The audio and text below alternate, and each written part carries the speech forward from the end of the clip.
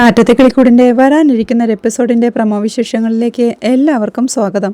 Video ആദ്യമായി കാണുകയാണെങ്കിൽ support ചെയ്ത് സബ്സ്ക്രൈബ് ചെയ്ത് ലൈക്ക് ചെയ്യാൻ മറക്കല്ലേ. രാജീവിന്റെ കൂടെ ഹോസ്പിറ്റലിൽ പോയ അരുണിനെ വെയിറ്റ് ചെയ്തുകൊണ്ടിരിക്കുകയാണ് സാന്ദ്ര. താൻ കൂടെ ചെല്ലാത്തതിന്റെ വിഷമം സാന്ദ്ര പങ്കുവയ്ക്കുന്നുണ്ടെങ്കിലും ഹേമയും നിധിയും കൂടി അവളെ ആശ്വസിപ്പിക്കുകയാ. അപ്പോഴേക്കും അരുണും രാജീവും കാറിൽ അങ്ങോട്ടെത്തുകയാ. കാറിൽ നിറങ്ങിയ അരുണിനോട് രാജീവ് പറയുന്നുണ്ട്, ഞാൻ തുടങ്ങി വെക്കും, നീ കൂടെ നിൽക്കണമെന്ന്. അത് സംബന്ധിച്ച് വേദന അഭിനയിച്ചുകൊണ്ട് അരുൺ രാജീവിന്റെ കൂടെ അകത്തേക്ക് പോവുകയാ. അവനെ കാണാൻ സാന്ദ്രയും ഓടിച്ചെന്ന് സൂക്ഷിച്ചു വായെന്ന് പറഞ്ഞ് അവനെ പിടിച്ചുകൊണ്ട് വരുമ്പോഴേക്കും ഡോക്ടർ എന്ത് പറഞ്ഞെന്ന് ഹേമയും ചോദിക്കുന്നുണ്ട്. എക്സ്റേ എല്ലാം എടുത്തു, എല്ലിന് ഫ്രാക്ചർ ഒന്നുമില്ല, മെഡിസിൻസ് ഉണ്ട്, 2-3 ദിവസം റെസ്റ്റ് എടുക്കാൻ പറഞ്ഞിട്ടുണ്ടെന്ന് രാജീവും പറയുകയാണ്. അപ്പോഴേക്കും ഹേമ അവരെല്ലാം ഭക്ഷണം കഴിക്കാനായി വിളിക്കുകയാ. കഴിക്കുന്നതിനിടയിൽ മീൻമുള്ള തൊണ്ടയിൽ കുടുങ്ങിയ നിധിക്ക് രാജീവ് ചോറ് വാരി കൊടുക്കുന്നത് കാണെ അവളുടെ കണ്ണും സങ്കടം കൊണ്ട് നിറയുകയാ. അത് കണ്ട് രാജീവും തന്റെ അഭിനയം തുടരുന്നുണ്ട്. അച്ഛന്റെ കണ്ണും നിറയുന്നത് കാണെ എന്തു പറ്റിയെന്ന് നിധി ചോദിക്കേ. അത് മോൾ അന്ന് പോലീസ് സ്റ്റേഷനിൽ വെച്ച് എന്റെ കൂടെ വരില്ലെന്ന് പറഞ്ഞത് ഓർമ്മ വന്നെന്ന് രാജീവും. ഹേമയും അതിനെ സപ്പോർട്ട് ചെയ്ത് ഇപ്പോഴും ഇങ്ങനെയാ മോളെ, പെട്ടെന്ന് പോലീസ് സ്റ്റേഷനിൽ വന്ന കാര്യം ഓർമ്മ വന്നെന്ന് പറഞ്ഞ് ടെൻഷനോടെ ഇരിക്കും എന്ന് പറയേ രാജീവും. അച്ഛനെ വിട്ട് മോള് പോകുമെന്ന് ഞാൻ സ്വപ്നത്തിൽ പോലും വിചാരിച്ചതല്ല. ഇപ്പോഴും അത് വിശ്വസിക്കാൻ എനിക്ക് കഴിഞ്ഞിട്ടില്ല. ദിവസവും അത് തന്നെ ഓർത്ത് ഉറക്കമേ വരാറില്ല എന്നൊക്കെ രാജീവ് ഇമോഷണലായി പറയുമ്പോഴേക്കും നിധിയും സങ്കടത്തോടെ അച്ഛനോട് സോറി പറയുകയാ. അത് കേൾക്കെ അരുണും, അച്ഛന് അത്തരത്തിലല്ലേ അപമാനമുണ്ടായത്, പോലീസ് സ്റ്റേഷനിലെല്ലാം കയറിയില്ല. അന്ന് കല്യാണത്തിന് വീട്ടിലെ ബന്ധുക്കളെല്ലാവരും എത്തിയിരുന്നു. എല്ലാവരോടും മറുപടി പറഞ്ഞ് അച്ഛൻ മടുത്തു. ആ സംഭവത്തിന് ശേഷം അച്ഛൻ ഓഫീസിലേക്ക് വരാറില്ല. ആ നിമിഷം തൊട്ട് അച്ഛന്റെ ജീവിതം ആകെ മാറി എന്നൊക്കെ അവൻ പറയുന്നത് കേൾക്കെ നിധിയും സങ്കടത്തോടെ അച്ഛനെ നോക്കി കരയുകയാണ്. രാജീവും അവളെ ആശ്വസിപ്പിച്ചുകൊണ്ട് നിധി അച്ഛനെ എതിർത്ത് അങ്ങനെ പറയുമെന്ന് വിശ്വസിച്ചില്ലെന്നും നടന്ന കാര്യങ്ങളൊന്നും ഇതുവരെയും വിശ്വസിക്കാനായിട്ടില്ലെന്നും പറയുമ്പോഴേക്കും സങ്കടത്തോടെ കരഞ്ഞുകൊണ്ടിരിക്കുന്ന നിധിയെ നോക്കി സാന്ദ്ര നടന്നതെല്ലാം തുറന്നു പറയാനായി ആംഗ്യം കാണിക്കുമ്പോഴേക്കും നിധി അത് പറയാൻ തുടങ്ങുമ്പോഴാണ് അരുണിന് ഒരു കോൾ വരുന്നത്. അവൻ എഴുന്നേറ്റ് പോയി ആ കോൾ അറ്റൻഡ് ചെയ്ത് തിരികെ വരുമ്പോഴേക്കും ആരായിരുന്നു കോളിലെന്ന് രാജീവും ചോദിക്കുക. സുധീഷിന്റെ കയ്യിൽ നമ്മൾ കൊടുത്തുവിട്ട പണം അവിടെ എത്തിയില്ലെന്ന് പറഞ്ഞ് ആ ഡീലർ വിളിച്ചതാ എന്ന് അരുൺ പറയുന്നവർക്ക് എന്താ അരുണ് നീ പറയുന്നത്? സുധീഷ് പോയിട്ട് 3-4 മണിക്കൂറായല്ലോ, ഇപ്പോഴും അവിടെ എത്തിയില്ലേ എന്ന് രാജീവും അമ്പരപ്പോടെ ചോദിക്കുക. ഇത്രയും സമയമായിട്ടും ക്യാഷ് കിട്ടാത്തോണ്ടാ അവർ വിളിച്ചതെന്ന് അരുൺ പറയേ. വഴിയിൽ വണ്ടി ബ്രേക്ക് ഡൗൺ ആയിട്ടുണ്ടാവും, നീ സുധീഷിനെ ഒന്ന് വിളിച്ചു നോക്കുന്ന രാജീവും അരുണിനോടായി പറയുകയാ. അപ്പോഴേക്കും സുധീഷിനെയും കൊണ്ട് ആ ഗുണ്ടകളും ഒരു ഗോഡൌണിലേക്ക് കയറാൻ തുടങ്ങുകയായിരുന്നു. ഫുഡെല്ലാം കഴിഞ്ഞ് ഡൈനിങ് ഹാളിലിരിക്കുന്ന അരുണിന്റെ അടുത്തേക്ക് രാജീവ് വന്ന് സുധീഷിനെ വിളിച്ചു കിട്ടിയോന്ന് ചോദിക്കുമ്പോൾ ഇല്ലെന്നും ഫോൺ സ്വിച്ച് ഓഫ് ആണെന്നും അരുണും പറയുന്നുണ്ട്. സുധീഷിന്റെ ഫോണിൽ ചാർജ് ഇല്ലായിരുന്നു മോളെ എന്ന് രാജീവ് നിധിയോടായി ചോദിക്കേ. അറിയില്ല, താനത് നോക്കിയില്ലെന്ന് നിധിയും. എന്താ മോളത്, ഇത്ര ദൂരം സുധീഷ് പോകുമ്പോ അതെല്ലാം ശ്രദ്ധിക്കണ്ടേ എന്ന് രാജീവ് നിധിയോടായി ചോദിക്കുമ്പോഴേക്കും വണ്ടിയിൽ GPS ഇല്ലേ, വണ്ടി എവിടെയാണുള്ളതെന്ന് മൊബൈലിലൂടെ നോക്കാമെന്ന് പറഞ്ഞ് അരുൺ മൊബൈൽ ചെക്ക് ചെയ്തോണ്ടിരിക്കുക. അത് നോക്കി അരുണും വണ്ടി നമ്മൾ പറഞ്ഞിടത്ത് എത്തിയിട്ടില്ലെന്നും അതിനു മുന്നേ തിരിഞ്ഞ് സിഗ്നൽ ഇല്ലാത്ത വേറെ ഏതോ വഴിയിൽ എത്തി നിൽക്കുകയാണെന്നും അരുൺ പറയുന്നത് കേൾക്കെ. അരുണേട്ടാ, അതിന് സാധ്യതയില്ല, നിങ്ങൾ ലൊക്കേഷൻ കറക്റ്റായി കൊടുത്തിട്ടുണ്ടാവില്ലെന്ന് നിധി അച്ഛനോടായി പറയുന്നുണ്ട്. ഇതങ്ങനെ കളിക്കുന്ന കാര്യമല്ലെന്നും താൻ കറക്റ്റ് ലൊക്കേഷനാ കൊടുത്തതെന്നും ചെക്ക് ചെയ്യട്ടെ എന്ന് പറഞ്ഞ് സുധീഷിന്റെ മൊബൈലിലേക്ക് അയച്ച ലൊക്കേഷൻ നോക്കിക്കൊണ്ട് താൻ കറക്റ്റ് ലൊക്കേഷനാ കൊടുത്തതെന്ന് രാജീവും പറയുന്നുണ്ട്. അവിടെ എത്തുന്നതിന് 50 കിലോമീറ്റർ മുന്നേ വണ്ടി വേറെ വഴിയിലൂടെ തിരിഞ്ഞുപോയെന്ന് അരുൺ പറയുന്നുണ്ട്. ഇതികൾക്ക് വഴിതെറ്റി പോയതാകാമെന്ന് സാന്ദ്രയും പറയുന്നുണ്ട്. അരുണും ഇത്രയും വലിയൊരു ഉത്തരവാദിത്തം അവന്റെ തലയിൽ വെച്ച് കൊടുക്കണ്ടായിരുന്നു. അത്രയും ക്യാഷെല്ലാം കണ്ട ഉടനെ അവന്റെ മനസ്സ് മാറിയിട്ടുണ്ടാവും. അതുമായി അവൻ കടന്നു കളഞ്ഞിട്ടുണ്ടാവുമെന്ന് അരുൺ പറയേ. എന്താ ചേട്ടൻ ഈ പറയുന്നത്? സുധീഷിനെ പറ്റിയാണോ ഈ പറയുന്നത്? ഇല്ലാത്തത് പറയില്ലേ എന്ന് നിധിയും. താൻ തെറ്റായൊന്നും പറഞ്ഞില്ലെന്നും നടന്നത് എന്താണെന്ന് നീയും കണ്ടതല്ലേ. അവൻ ഇവിടുന്ന് പോയിട്ട് 4 മണിക്കൂർ കഴിഞ്ഞെന്നും എത്തേണ്ട സ്ഥലത്തിന് 50 കിലോമീറ്റർ മുന്നേ വഴി തിരിച്ചു പോയിട്ടുണ്ടെന്നും ഇതുവരെയും ഒന്ന് വിളിക്ക പോലും ചെയ്തില്ലെന്നും അവന്റെ ഫോൺ വിളിക്കുമ്പോൾ സ്വിച്ച് ഓഫ് ആണ് കാണിക്കുന്നതെന്നും ഇനി എന്തെങ്കിലും പ്രശ്നമുണ്ടെങ്കിൽ തന്നെ ഫോണിൽ വിളിച്ച് പറഞ്ഞൂടെ, എന്തിനാ ഫോൺ സ്വിച്ച് ഓഫ് ചെയ്ത് വെച്ചിരിക്കുന്നത്, എല്ലാം അവന്റെ പ്ലാൻ അല്ലേന്നും അരുൺ ചോദിക്കുന്നുണ്ട്. രാജീവും അതിനെതിർത്ത് അരുണെ അങ്ങനെയൊന്നും പറയാതെ, അവൻ ഇവിടുത്തെ മരുമകനാ, അവനെ അങ്ങനെ തെറ്റിദ്ധരിക്കല്ലെന്ന് രാജീവ് പറയേ. ഫോൺ വിളിച്ചിട്ട് എടുക്കുന്നില്ല, അവന്റെ കയ്യിൽ ലക്ഷങ്ങളുടെ ക്യാഷാ ഉള്ളത്, അതെല്ലാമായി അവൻ കടന്നു കളഞ്ഞിട്ടുണ്ടാവുമെന്ന് അരുൺ വീണ്ടും പറയേ. അരുണേട്ടനോട് അങ്ങനെ പറയില്ലെന്നല്ലേ പറഞ്ഞതെന്ന് നിധിയും പറയുന്നുണ്ട്. അരുണേട്ടനോട് അങ്ങനെയൊന്നും പറയില്ലെന്ന് പറയുന്ന രാജീവിനോട് നിധി പറയുമ്പോഴേക്കും രാജീവും അവനെ വഴക്കു പറഞ്ഞ് നിധിയോട് സുധീഷിനെ വിളിച്ചു നോക്കാനായി പറയുകയാ. അവൾ വിളിക്കുമ്പോഴും സ്വിച്ച് ഓഫ് തന്നെ പറയുന്നത് കേൾക്കെ. സ്വിച്ച് ഓഫ് ആണെന്നാ പറയുന്നത്, വേറെ എന്തെങ്കിലും പ്രശ്നം ഉണ്ടായി കാണുമെന്ന് നിധിയും പറയുന്നുണ്ട്. വേറെ എന്ത് പ്രശ്നം ഉണ്ടാവാനാ? ഇനി അങ്ങനെ എന്തെങ്കിലും പ്രശ്നമുണ്ടെങ്കിൽ തന്നെ അത് നമ്മളെ വിളിച്ച് പറഞ്ഞൂടെ? ഉറപ്പായും അവൻ അതുമായി കടന്നു കളഞ്ഞിട്ടുണ്ടാവും. സുധീഷിനെ തലയിൽ കയറ്റി വെച്ചത് അച്ഛൻ തന്നെയല്ലേ, അച്ഛൻ വിശ്വസിക്കുന്ന കണ്ട് ഞാനും അവന് വിശ്വസിച്ചു പോയി എന്നൊക്കെ അരുൺ ദേഷ്യത്തോടെ പറയുമ്പോഴേക്കും നിധിയും ആകെ ടെൻഷനോടെ നിൽപ്പാ. ഇവിടെ സുധീഷിനെ ഒരു ഗോഡൌണിൽ കൊണ്ടുപോയി ഒരു കസേരയിൽ കെട്ടിയിട്ടിരിക്കുക. ഗുണ്ടകളെല്ലാം അടുത്തു തന്നെ ഒരിടത്തിരുന്ന് മദ്യപിച്ചോണ്ടിരിക്കുക. സുധീഷ് അവരോടായി എന്തിനാ എന്നെ പിടിച്ചു വെച്ചേക്കുന്നേ, അഴിച്ചു വിടറാ. ഇനി വല്ല കാശും തട്ടാനുള്ള പ്ലാൻ ആണെങ്കിൽ എന്റെ കയ്യിൽ 5 പൈസ ഇല്ല. എന്ത് പ്രശ്നമുണ്ടെങ്കിലും പറഞ്ഞു തീർക്കാം, കേട്ടഴിച്ചു വിടറാ. പറയുന്നത് കേൾക്കുന്നില്ലേടാ എന്നൊക്കെ പറഞ്ഞ് സുധീഷ് അവിടെ കിടന്ന് ബഹളം വെക്കുന്നുണ്ടെങ്കിലും അവർ മൈൻഡ് ചെയ്യാതെ മദ്യപിച്ചോണ്ടിരിക്കുക. അവന്റെ ശല്യം സഹിക്കാൻ കഴിയാതെ അവരിൽ ഒരുത്തൻ എണീറ്റു ചെന്ന് അവന്റെ വായ് കൂടി മൂടിക്കെട്ടുകയാ. അവിടെ നിധിയുടെ വീട്ടിൽ നിധി വീണ്ടും സുധീഷിന്റെ മൊബൈലിൽ ട്രൈ ചെയ്തോണ്ടിരിക്കുക. മുറ്റത്തിറങ്ങി നിൽക്കുകയായിരുന്ന അരുണും രാജീവും ആരൊക്കെയോ വിളിക്കുന്നതായി ടെൻഷനോടെ അഭിനയിക്കുന്നുണ്ട്. കാര്യമറിയാവുന്ന ഹേമയും ഒന്നും മിണ്ടാതെ സോഫയിൽ തന്നെ ഇരിപ്പാ. പിന്നീട് അരുണിനെയും കൊണ്ട് രാജീവ് ഡൈനിങ് ഹാളിലേക്ക് എത്തുമ്പോഴേക്കും സുധീഷിന്റെ മോഷണത്തെ കുറിച്ച് പറയാനായി അരുൺ രാജീവിനോടായി പറയുന്നുണ്ട്. കുട്ടികൾക്ക് നിധിയും അച്ഛാ സുധീഷ് എവിടെയുണ്ടെന്ന് അറിഞ്ഞോ എന്ന് ചോദിക്കുക. നിധി, അവൻ നമ്മെ ചതിച്ചു. അവന് ഞാൻ വിശ്വസിച്ചത് തെറ്റായി പോയി. അവൻ ആ പണവും കൊണ്ട് കടന്നു കളഞ്ഞു. അരുൺ പറഞ്ഞത് സത്യം തന്നെയാ. ഇത്രയും കാലം ഞാൻ കഷ്ടപ്പെട്ട് സമ്പാദിച്ച് കൂട്ടിവെച്ചതെല്ലാമായി അവൻ ഒറ്റയടിക്ക് മുങ്ങി എന്നച്ഛൻ പറയുന്നതുകൾക്ക് നിധിയും ദേഷ്യത്തോടെ എന്താ അച്ഛാ, അച്ഛനും അരുണേട്ടനും കൂടി സുധീഷിന്റെ മേൽ കുറ്റം ചുമത്തുകയാണോ എന്ന് ചോദിക്കുന്നുണ്ട്. സുധീഷ് അങ്ങനെയുള്ള ആളൊന്നുമല്ലെന്നും തനിക്ക് നന്നായി അറിയാമെന്നും നിധി പറയേ. നിധി, നീ വിചാരിക്കുന്ന പോലെയല്ല, അവനൊരു ഫ്രോഡാണ്. ഒരു കള്ളനായവൻ നല്ല ബുദ്ധിമാനാ. നമ്മളാണേൽ അവനെ വിശ്വസിച്ച് എല്ലാം അവന്റെ കയ്യിൽ കൊടുക്കുകയും ചെയ്തു. അവൻ നമ്മളെ പറ്റിച്ച് കടന്നു കളഞ്ഞെന്ന് അരുൺ വീണ്ടും പറയേ. നിധിയും അതിനെ എതിർത്ത് ഇല്ല, സുധീഷ് അങ്ങനെ ഒരാളെ അല്ല. ക്യാഷില്ലെന്ന് കരുതി മോഷണത്തിനൊന്നും സുധീഷ് നിൽക്കില്ല. ദയവ് ചെയ്ത് സുധീഷിന് എന്തു പറ്റിയെന്ന് അന്വേഷിക്കുന്ന നിധി പറയുന്നുണ്ട്.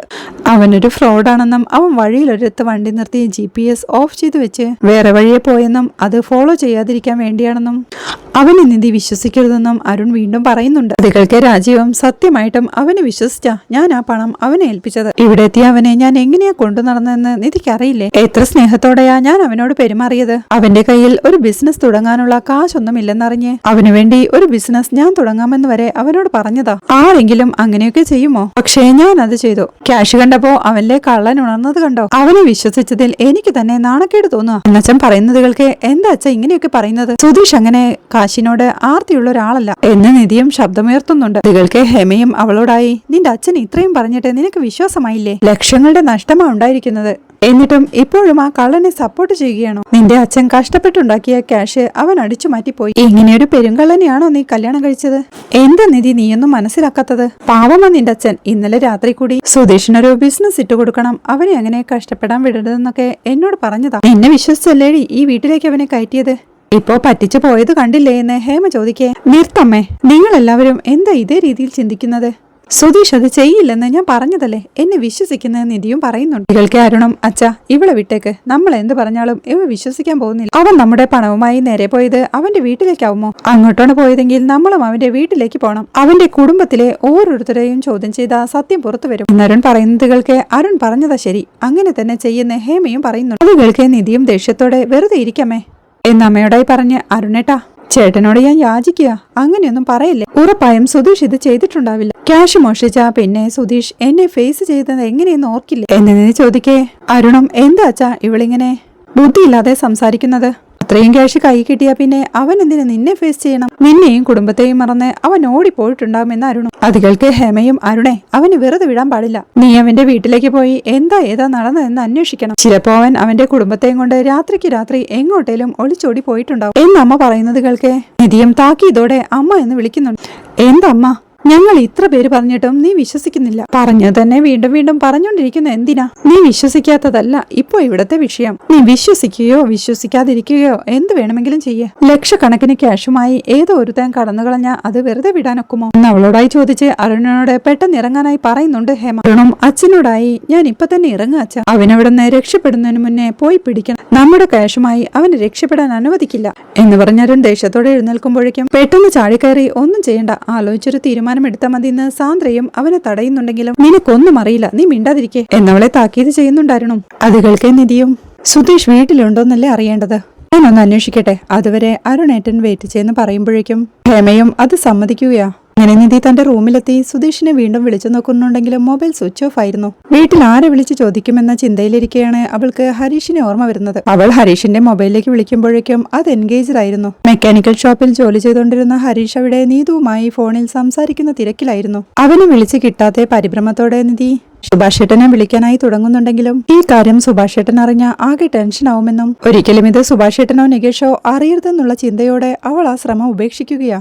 വീണ്ടും ഒരു തവണ കൂടി ഹരീഷിനെ വിളിച്ചു നോക്കുന്നുണ്ടെങ്കിലും ഫോൺ എൻഗേജ്ഡ് ആണെന്ന് കണ്ട് നിധി ടെൻഷനോടെ റൂമിലൂടെ നടക്കുന്നതിനിടയിലാണ് ഹേമ എങ്ങോട്ട് വന്ന് വിളിച്ചു നോക്കിയൊന്ന് ചോദിക്കുന്നത്. കിട്ടിയില്ലെന്ന് നിധി പറയുമ്പോ അവൻ മാത്രമല്ല അവന്റെ കുടുംബം മൊത്തം കള്ളന്മാരാ. നമ്മുടെ ക്യാഷുമായി കുടുംബത്തോടെ കടന്നു കളഞ്ഞതാണല്ലേ എന്ന് ചോദിക്കുമ്പോഴേക്കും അങ്ങനെയൊന്നും പറയില്ലേ, ഇല്ലാത്തത് പറയല്ലേ എന്ന് നിധി ഓർമ്മിപ്പിക്കുന്നുണ്ട്. താൻ ഇല്ലാത്തതാണോ പറഞ്ഞത്? എങ്കിൽ അവൻ എന്താ ഫോൺ എടുക്കാത്തത്? തെറ്റ് ചെയ്തില്ലെങ്കിൽ ഇങ്ങനെ സ്വിച്ച് ഓഫ് ചെയ്ത് വെക്കേണ്ട കാര്യമുണ്ടോ? ഫോൺ എടുത്ത് സംസാരിച്ചൂടെ? ആ സുധീഷിനെ അത്രയ്ക്ക് വിശ്വസിച്ചോണ്ടല്ലേ നിന്റെ അച്ഛൻ ഇത്രയും ഇമ്പോർട്ടന്റ് ആയ ഒരു കാര്യം അവനെ ഏൽപ്പിച്ചത്? എന്നിട്ട് അവൻ കുടുംബത്തോടെ ചേർന്ന് ചതിച്ചെന്ന് ഹേമ വീണ്ടും അവനെ കുറ്റപ്പെടുത്തുമ്പോൾ സുധീഷ് അങ്ങനെ ഒരു തെറ്റു ചെയ്തിട്ടില്ലെന്ന് നിധിയും ഉറപ്പിച്ചു പറയുകയാ. പിന്നെന്താ അവനും അവന്റെ വീട്ടുകാരും ഫോൺ എടുക്കാത്തത്? അവനെന്താ മൊബൈൽ സ്വിച്ച് ഓഫ് ചെയ്ത് വെച്ചിരിക്കുന്നതെന്ന് ഹേമ വീണ്ടും ചോദിക്കുമ്പോൾ തനിക്ക് അറിയില്ലെന്ന് നിധിയും. എത്ര ക്യാഷും സ്വർണവുമാ അവന്റെ കയ്യിലുള്ളത്? എല്ലാം പോട്ടെന്ന് വെച്ച് വെറുതെ ഇരിക്കാൻ പറ്റോ? ഇങ്ങനൊരു നശിച്ച കുടുംബത്തിലാണല്ലോ നീ കഴിയുന്നതെന്നോർത്ത് എനിക്കാകെ നാണക്കേടാവുകയാ എന്നൊക്കെ അമ്മ കുറ്റപ്പെടുത്തുന്നത് സഹിക്കാനാവാതെ പ്ലീസ് കുറച്ചു നേരം എന്നെ തനിച്ച് വിടുന്ന നിധിയും പറയുന്നുണ്ട്. ശരി, ഞാൻ പോയിക്കോളാം. പക്ഷേ ഇനി ഇതിന്റെ പേരിൽ നിന്റെ അച്ഛൻ എന്ത് ആക്ഷൻ എടുത്താലും ഞാൻ തടയില്ല എന്ന് പറഞ്ഞ് ഹേമയും ആ റൂമിൽ നിന്ന് ഇറങ്ങി പോവുകയാ. നിധിയും ആകെ ടെൻഷനോടെ എന്ത് ചെയ്യുമെന്നറിയാതെ ആ ബെഡിലേക്ക് ഇരിക്കുമ്പോഴേക്കും ഹരീഷിന്റെയും നിധുവിന്റെയും കോളും തീരുന്നുണ്ട്. അത് കഴിഞ്ഞ് ഹരീഷ് മൊബൈൽ നോക്കുമ്പോഴാണ് നിധിയുടെ മിസ് കോൾ കാണുന്നത്. ഏടത്തിയുടെ കുറെ മിസ് കോൾ ഉണ്ടല്ലോ എന്ന് പറഞ്ഞ് അവൻ തിരികെ വിളിച്ചു നോക്കുമ്പോഴേക്കും എടുക്കുന്ന നിധിയും സുധീഷ് അങ്ങോട്ട് എത്തിയൊന്ന് ചോദിക്കുന്നുണ്ട്. സുധീഷ് ഏട്ടൻ എങ്ങനെ ഇവിടെ വരാനാ?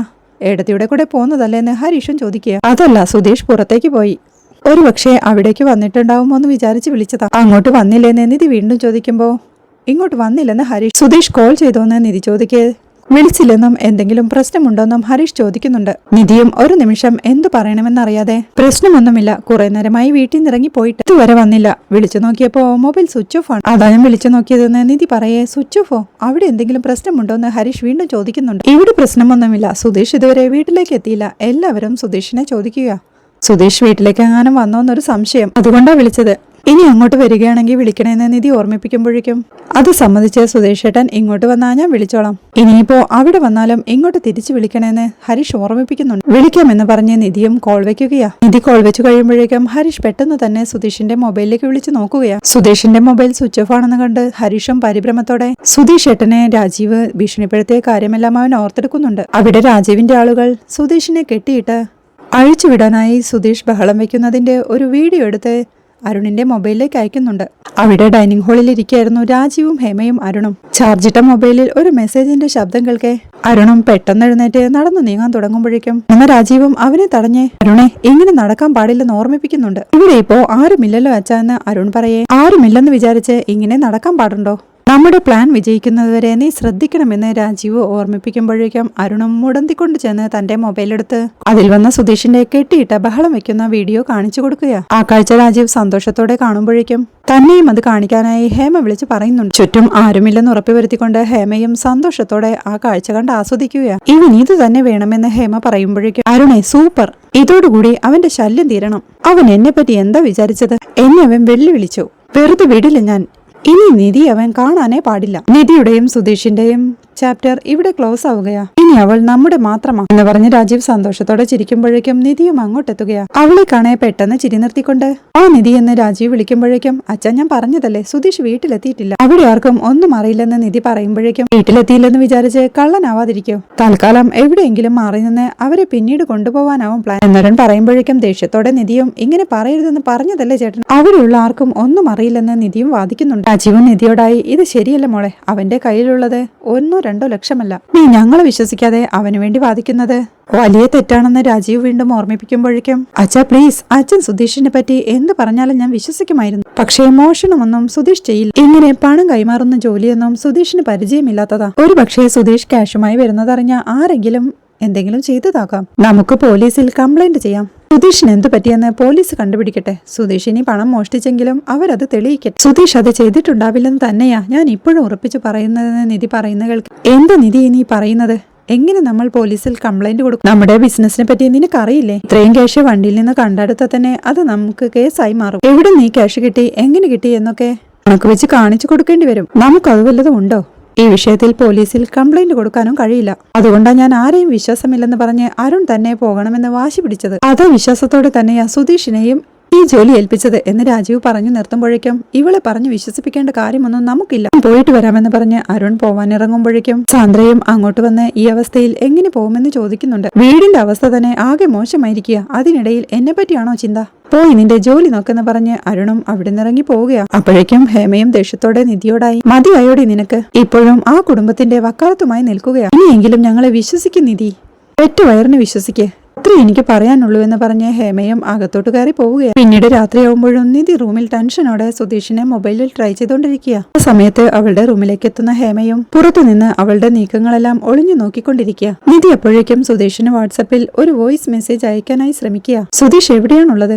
ഇയാളെ കാണാതെ വീട്ടിലാകെ പ്രശ്നമായിരിക്കുകയാണ്. മെസ്സേജ് കണ്ട ഉടനെ തന്നെ ഇങ്ങോട്ട് വിളിക്കെന്ന് പറഞ്ഞ് അത് അയക്കാൻ ശ്രമിക്കുമ്പോഴേക്കും സിഗ്നൽ കിട്ടാതെ അത് അയക്കാൻ കഴിയാതിരിക്കുക. അപ്പോഴേക്കും ഹേമയും അകത്തോട്ട് കയറി വന്ന് എന്താ നിധി ചെയ്യുന്നതെന്ന് ചോദിക്കുമ്പോൾ സുധീഷിനെ വിളിക്കാൻ ശ്രമിക്കുകയാണെന്ന് നിധിയും. അപ്പോ ഞങ്ങളെ അത്രയും വിശ്വാസമില്ലല്ലേ? ഒരു 4 മാസമല്ലേ നീ അവിടെ നിന്നിട്ടുള്ളൂ, അതിനുള്ളിൽ ആ കുടുംബത്തെക്കുറിച്ച് എല്ലാം മനസ്സിലായോ നിനക്ക്? നീയും അവന്റെ കുടുംബത്തെയും ഇങ്ങനെ കണ്ണടച്ച് വിശ്വസിക്കുന്നു, നിന്റെ കാര്യമോർത്ത് എനിക്ക് കഷ്ടം തോന്നുന്നു എന്ന് ഹേമ പറയുമ്പോഴേക്കും അമ്മേ, അവരങ്ങനെയുള്ള ആളുകളൊന്നുമല്ല, എനിക്ക് അവരെ പറ്റി നന്നായി അറിയാം. ജോലി ഏൽപ്പിച്ച സമയത്ത് സുധീഷിന് പോവാനേ ഇഷ്ടമല്ലായിരുന്നു, ഞാനാണ് സുധീഷിനെ നിർബന്ധിച്ചയച്ചത്. അമ്മ പറഞ്ഞ പോലെ സുധീഷ് ഒരു കള്ളനായിരുന്നെങ്കിൽ ആ പണവും കൊണ്ട് കടന്നു കളയാന്നല്ലേ വിചാരിക്കുക എന്ന് നിധിയും ചോദിക്കുന്നുണ്ട്. വേറെന്താ, ഈ ക്യാഷ് അല്ലെങ്കിൽ ഇനി കുറച്ചു നാളും കൂടി ഇവിടെ മൊത്തം ക്യാഷും കൊണ്ട് കടന്നു കളയാമെന്നാവും വിചാരം. കയ്യിൽ നിറയെ ക്യാഷ് കണ്ട ഉടനെ അതും കൊണ്ട് കടന്നു കളഞ്ഞിരിക്കുന്നു എന്ന് ഹേമ പറയുന്നത് സഹിക്കാനാവാതെ വീണ്ടും വീണ്ടും അത് തന്നെ പറഞ്ഞുകൊണ്ടിരിക്കുന്ന എന്തിനാ? നിങ്ങൾക്ക് എന്നെ വിശ്വാസമില്ലെന്ന് നിധിയും ചോദിക്കുന്നുണ്ട്. ഞാനും അത് തന്നെയാ ചോദിക്കുന്നത്, നിനക്ക് ഞങ്ങളെ വിശ്വാസമില്ലേ? ഞാൻ പറയുന്നത് സത്യമാണെന്ന് നിനക്ക് എപ്പോഴാ മനസ്സിലാവുക? നിധി, നീ ഇപ്പോ ഞാൻ ചോദിക്കുന്ന ഒരു കാര്യത്തിന് മറുപടി പറയണം. കല്യാണത്തിന് മുന്നേ സുധീഷ് അവന്റെ വീടിനെ കുറിച്ച് നിന്നോട് എന്താ പറഞ്ഞതെന്ന് എനിക്കറിയില്ല, പക്ഷേ ഉറപ്പായും അവൻ നിന്നോട് സത്യം പറഞ്ഞിട്ടുണ്ടാവില്ല. 5 ആണുങ്ങൾ മാത്രമുള്ള വീട്ടിലാ താമസിക്കുന്നത്, അച്ഛനൊരു മദ്യപാനിയാണ്, അവർക്ക് നാട്ടുകാരുടെ ഇടയിൽ അത്ര മതിപ്പൊന്നും ഇല്ലെന്നുമൊക്കെ അവൻ നിന്നോട് പറഞ്ഞിട്ടുണ്ടാവാൻ സാധ്യതയില്ല. ഈ സത്യമെല്ലാം പറഞ്ഞിരുന്നെങ്കിൽ ഉറപ്പായും നീ അവനെ കല്യാണം കഴിക്കില്ല. അതുകൊണ്ട് വേറെന്തൊക്കെയോ കള്ളം പറഞ്ഞാണ് അവൻ നിന്നെ ഇവിടുന്ന് വിളിച്ചോണ്ട് പോയത്. വേറെ വഴിയില്ലാതെ നീ അവിടെ അഡ്ജസ്റ്റ് ചെയ്ത് ജീവിക്കുകയാണെന്നുള്ള കാര്യം എനിക്ക് നന്നായി അറിയാം. കല്യാണം നടക്കാൻ വേണ്ടി നിന്നെ കള്ളം പറഞ്ഞു പറ്റിച്ച അവൻ ഇന്ന് ആ ക്യാഷ് കാണുമ്പോ അതുമായി കടന്നു കളയാൻ ശ്രമിക്കില്ലേ? ഉത്തരം പറ എന്ന് ഹേമ ചോദിക്കേ നിധി ഒന്നും പറയാനാവാതെ ഇരിക്കുക. നിനക്ക് മറുപടിയില്ലല്ലേ? അവനൊരു കള്ളനും ഫ്രോഡുമാണ്, നിന്റെ അച്ഛൻ അത് നന്നായി അറിയാമെന്ന് ഹേമ പറയുന്നത് കേൾക്കെ അമ്പരപ്പോടെ എന്താ അമ്മ ഈ പറയുന്നതെന്ന് നിധി ചോദിക്കുന്നുണ്ട്. അതേ മോളെ, നിന്റെ അച്ഛൻ ഇടയ്ക്കിടെ പറയും അവനും അവന്റെ കുടുംബവും ഫ്രോഡ് കുടുംബമാണ്. നമ്മുടെ മോളെ അവൻ പറഞ്ഞു പറ്റിച്ച് കൂട്ടിക്കൊണ്ടു പോയതാണ്. ആ വീട്ടിൽ ഒരു ദിവസം താമസിച്ച് ഭക്ഷണവും കഴിച്ച് നിങ്ങളെയും കൂട്ടിക്കൊണ്ടു വന്നപ്പോഴേക്കും സുധീഷിലുണ്ടായിരുന്ന വിശ്വാസവും ഇല്ലാതായി. 4 ദിവസമല്ലേ ഇവിടെ താമസിച്ചുള്ളൂ, അതിനുള്ളിൽ അവൻ അവന്റെ സ്വഭാവം കാണിച്ചു. അവനെ നിന്റെ അച്ഛൻ വെറുതെ വിടാൻ പോകുന്നില്ല, ഇവിടെ ഇരുന്നാലും നിന്റെ അച്ഛൻ കണ്ടുപിടിക്കും എന്നൊക്കെ ഹേമ പറഞ്ഞിട്ടും നിധി ഒരു ഭാവഭേദവും ഇല്ലാതെ ഇരിക്കുന്നുണ്ട്. ഹേമ അപ്പോഴേക്കും ഇമോഷൻ ഇറക്കി കരഞ്ഞഭിനയിക്കുന്നുണ്ട്. അങ്ങനെയൊരു നശിച്ച കുടുംബത്തിൽ ജീവിച്ച് നിന്റെ ജീവിതം തുലഞ്ഞു പോയില്ലേ? നിന്റെ കല്യാണം മുടങ്ങിയ കാര്യം തന്നെ ഈ നാട് മുഴുവൻ പറഞ്ഞു തീർന്നിട്ടില്ല. ഇപ്പൊ നീ കല്യാണം കഴിച്ചത് ഒരു കള്ളനെയാണെന്നറിഞ്ഞാ ഈ നാട്ടിൽ ജീവിക്കാൻ കഴിയോ എന്ന് പറഞ്ഞ് കരഞ്ഞു വിളിച്ചോണ്ട് നിനക്കറിയോ നിന്റെ അച്ഛൻ ഇപ്പോഴാണ് പുറത്തേക്ക് ഇറങ്ങി തുടങ്ങിയത്. ബിസിനസ് ഡീലിംഗ്സിനായി കൊടുത്തുവിട്ട ക്യാഷുമായി മരുമകൻ ഒളിച്ചോടിയെന്നറിഞ്ഞ അവരുടെ പാർട്ട്നേഴ്സ് വെറുതെ ഇരിക്കും. എല്ലാം പോയി, എല്ലാം കൈവിട്ടു പോയി. നിന്റെ ജീവിതവും തുലഞ്ഞോ, ഞങ്ങൾ ചേർത്ത് വെച്ച മാനവും മര്യാദയും എല്ലാം പോയി. നിന്റെ ജീവിതത്തിൽ നാശം വരുത്തിയൊരു ദുഷ്ടനാവൻ എന്ന് പറഞ്ഞ് ഹേമ കരയുമ്പോഴേക്കും നിധിയും ദേഷ്യത്തോടെ ഒന്ന് നിർത്തമ്മേ പ്ലീസ്, ഞാൻ തന്നെ ടെൻഷനിലിരിക്കുക, ഇനി നിങ്ങൾ കൂടി പറഞ്ഞ് എന്റെ ടെൻഷൻ കൂട്ടൽ, ഞാൻ കുറച്ചു സമയം തനിയിരിക്കട്ടെ, എന്നെ തനിയെ വിട് പ്ലീസ് എന്ന് നിധി പറയുമ്പോഴേക്കും ഹേമയും കരച്ചിലെല്ലാം നിർത്തിക്കൊണ്ട് നോക്ക് നിധി, നിന്റെ അച്ഛൻ എന്ത് സ്വാധീനം ഉപയോഗിച്ചും ആ കള്ളനെ പിടികൂടും. അതോടെ അവനുമായുള്ള എല്ലാ ബന്ധവും നീ ഉപേക്ഷിക്കും. അവൻ കാരണം ഞങ്ങളും ഈ കുടുംബവും അനുഭവിച്ചത് മതി, എന്നോട് യാചിക്കുക എന്ന് പറഞ്ഞ് കൈകൂപ്പിക്കൊണ്ട് നല്ലതുപോലെ ആലോചിച്ച് ഒരു തീരുമാനത്തിലെത്തെന്ന് പറഞ്ഞ് ഹേമ എവിടെ നിന്ന് എഴുന്നേറ്റ് പോവുകയാ. അപ്പോഴേക്കും നിധിക്കും ആകെ പരിഭ്രമമാവുകയാ. ഈ ഒരു പക്ഷേ അമ്മ പറഞ്ഞതുപോലെ സുധീഷ് ആ പണവുമായി കടന്നു കളഞ്ഞു കാണുമോ എന്നോർക്കെ സുധീഷ് അന്ന് തന്നോട് വീടിനെ കുറിച്ച് പറഞ്ഞ കള്ളങ്ങളെല്ലാം അവൾ ഓർത്തെടുക്കുകയാ. അതോർക്കെ അക്കാര്യത്തിൽ ചെറിയൊരു സംശയം തോന്നുന്നുണ്ടെങ്കിലും പിന്നീട് സൂര്യയുടെയും ഗുണ്ടകളുടെയും കയ്യിൽ നിന്ന് തന്നെ രക്ഷിച്ചോടിയ സുധീഷിനെയും പിന്നീട് സ്റ്റേഷനിൽ വെച്ച് രാജീവും അരുണും സുധീഷിനെ ആക്രമിക്കുന്നതും അച്ഛൻ കത്തിച്ചു കളഞ്ഞ സർട്ടിഫിക്കറ്റിന് പകരം യൂണിവേഴ്സിറ്റിയിൽ നേരിട്ട് ചെന്ന് അപ്ലൈ ചെയ്ത് തന്റെ ഡിഗ്രി സർട്ടിഫിക്കറ്റ് വാങ്ങിച്ചു തന്നതും ഓർക്കെ സുധീഷ് അത്തരത്തിലുള്ള ഒരാളല്ലെന്നും അങ്ങനെ ചെയ്തിട്ടുണ്ടാവില്ലെന്നും തനിയെ പറഞ്ഞ് വീണ്ടും മൊബൈൽ എടുത്ത് സുധീഷിനെ വിളിക്കാൻ ശ്രമിക്കുന്നുണ്ടെങ്കിലും മൊബൈൽ സ്വിച്ച് ഓഫ് തന്നെയായിരുന്നു. എന്തു ചെയ്യുമെന്ന് അറിയാതെ നിധി ടെൻഷനോടെ ഇരിക്കുമ്പോഴേക്കും അവിടെ രാജീവിന്റെ ആൾക്കാർ പിടിച്ചുകൊണ്ടുപോയി കെട്ടിയിട്ട് മൂടിക്കെട്ടിയ സുധീഷിനെ കാണിക്കുന്നിടത്താണ് ഈ എപ്പിസോഡ് അവസാനിക്കുന്നത്. വീഡിയോ ഇഷ്ടമായാൽ സപ്പോർട്ട് ചെയ്ത് സബ്സ്ക്രൈബ് ചെയ്ത് ലൈക്ക് ചെയ്യാൻ മറക്കല്ലേ.